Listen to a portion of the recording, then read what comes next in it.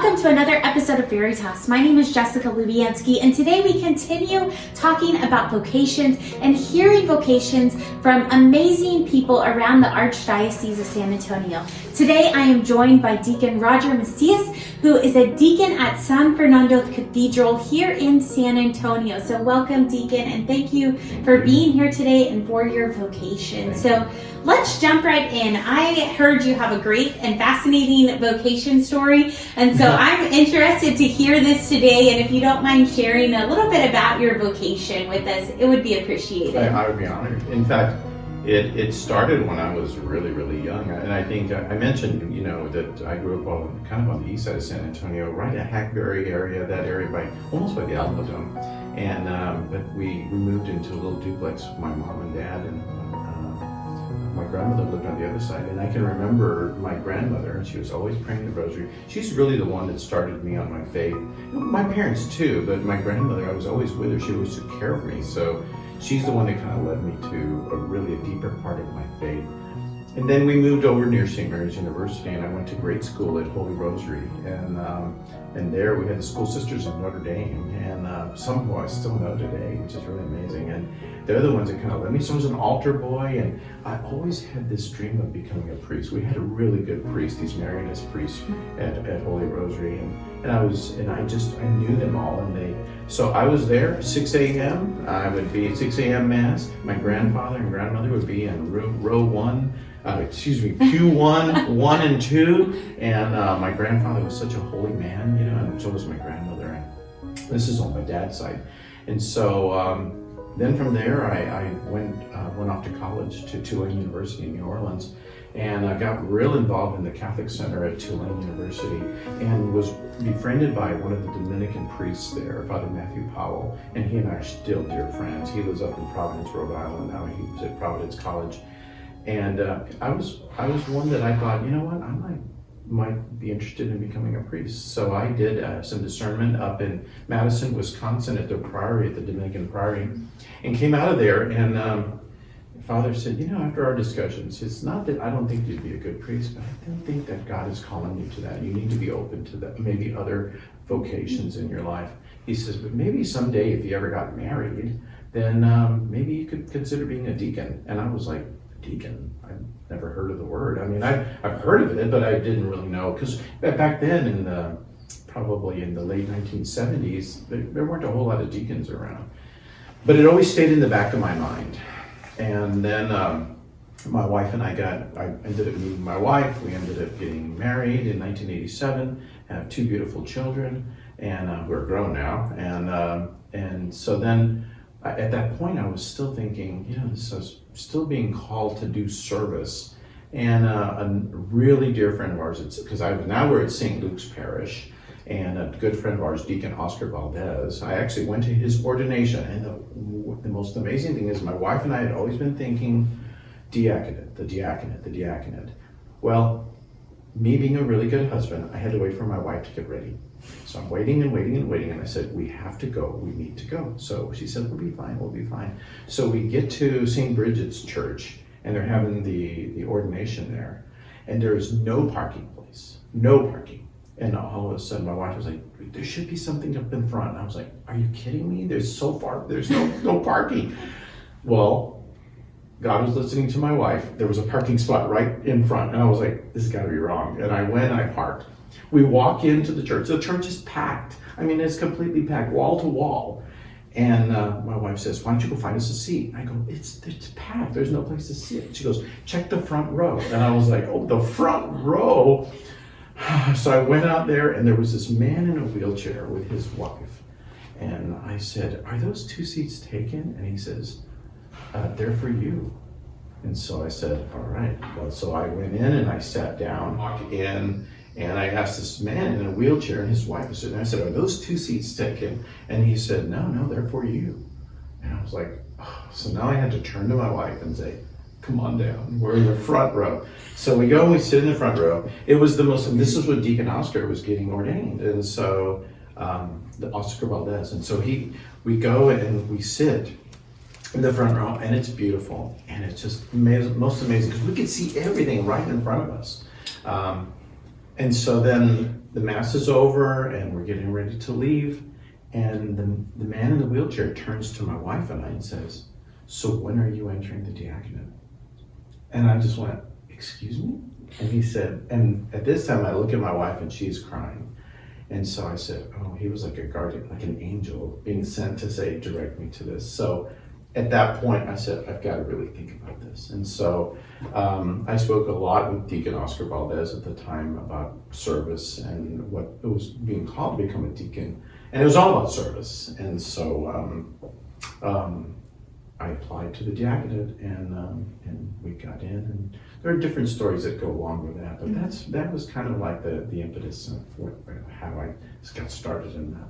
Yeah, that's amazing. And I think God, he does truly speak through people all the time to us, but it's when our ears are open and our hearts are ready that we're really there to listen and move forward kind of with that guidance that he's giving us through other people. So that is an amazing story. Now, from my understanding, you are a dentist, correct, in your professional life. And so you are a deacon, a dentist, a husband, essentially you have 3 different vocations and a father, 4 different, all these different vocations. How do you really balance all of that together and then still have time to fuel your faith? Well, when your work can become your ministry, then it's a blessing. And so there are times that patients come in to see me and my dental assistants will come up and say, "She doesn't need Dr. Macias today, she needs Deacon Macias today." And so I'll actually go in there and I'll just sit and visit with patients. They just want to talk to me from a religious standpoint, from a comforting standpoint. And my job as a dentist is basically service, and so I keep the same hat on. The dental deacon hat is the same one, and it just kind of flows with it. I don't proselytize, I don't force my faith on people, but people know my story, and the patients will always feel comforting. In fact, night before last I did the vigil service for the mother of one of my patients that had passed away. And so they feel comforted in asking me to go and do this. And I love that. I love sharing my faith. And even with people that are of different faiths, the fact that I can respond in a way that it's not threatening to them. And I've had I had one minister at one time, and he was a patient of mine. And he says, "You reading any good books right now?" And I said, "Yeah, actually I'm reading the faith of the early church fathers." And he says, "Oh yeah." And I go, "Why?" He goes, "We were all Catholic, weren't we?" And I said, "Oh yeah." I go, "Why did you come to the Catholic faith?" He goes, "I know, it's a hard decision." And and it's those type of things that at least we plant the seeds of the faith, and they respect me, I respect them, and it's great because we have great dialogue, stuff.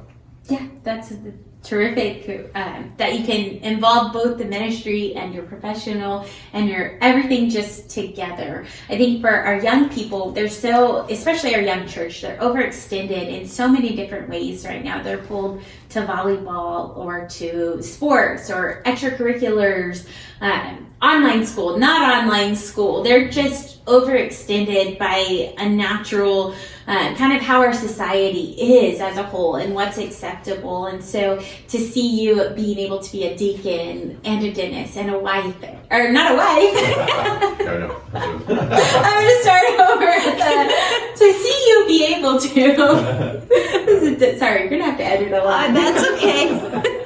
Okay. To see you be able to be a dentist and a husband and a deacon and a father all in one is very inspirational for our young church as a whole, because sometimes we get so caught up in what we have to do in our vocation that we forget that we can be multiple things and still glorify and honor God through that and through that ministry.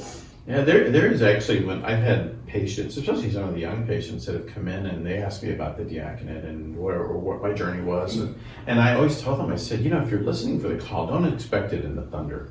As the scriptures say, it's not in the loud voice. God's not going to come and say, "You are to be a priest," or "You are to be a religious sister," whatever. No, it's usually in the whisper of the wind. That's why I always say be able to listen, to be still. I said life is so busy right now. We need to be still and take some time just to kind of be quiet and be open to that. I said, because it came to me like that. It came to me in the whisper of the wind. when I least expected it. And then they said, well, how are you called? How are you called? And I'll have to tell you a funny story, because I had a spiritual director, Father Jan Klock. He's my spiritual director from St. Anthony Mary Claret. And he was, and I guess I'm not going to break HIPAA, but he's a patient of mine. And so Father Jan and I were spitting. One evening, he needed something. We went up to my office, and I ended up just talking. And we spoke for like 4 hours. And so I said, Father, and I mentioned this. I got to preach at his at St. Anthony Mary Claret a couple weeks ago. And I shared it with the community there. And I said, Father, I'm thinking about becoming deacon. And in his nice Polish way, he goes, oh, so you want to be martyred for your faith? And I went, I wasn't thinking about that. I was thinking about, I think I would look pretty good in white, and the stole would make me slim, it would make it slimmer for me. And so I was just joking about that, but I go, martyr, so talk to me a little bit more about that. What are you talking about? He goes, seeking God in this way, and especially in ministry, not to scare you, but you could lose some friends, and you could lose some family members. And he goes, you could be martyred spiritually, you could be martyred emotionally, you could be martyred even physically. And that's something that you want to do, because that's martyrdom was witness. Are you going to witness for Christ? And are you willing to do, as the scriptures say, no greater love than to lay down your life for your friends? And so that's what kind of got me. Even John, in the Gospel of John says, you didn't choose me, I chose you. And God, that brought me to tears. Every time I hear that scripture, I was like, man, he's using me. He's using me for something else. And and I think that the younger generation, especially when we speak about this, they understand. They understand what's going on right now, and how that can be. It's a choice that God has chosen you, not that you made the choice. And to be open to that vocation. So it's amazing. I can't explain it. I've tried to do it, but it never comes out the same way all the time. It always comes out that God has chosen me, and I'm willing to listen. Oh, amen. And thank you very much for being open and listening to God's call. Such a beautiful story and inspirational words. I would challenge each of our viewers this week to just take some time to be still, just as Deacon said, to be still and listen to that voice of God, because he chose you for something. He chose you to do great and marvelous deeds, and to ultimately bring his kingdom to this earth, and to further the good news that we hear and the joy of the gospel. Have a wonderful week, and we will continue our next episode, continuing talking about vocations, but this time to the vocation to single life. If you'd like to make sure that you receive video updates like this, make sure you hit the subscribe button on today's Catholic YouTube channel and be alerted for great and awesome videos.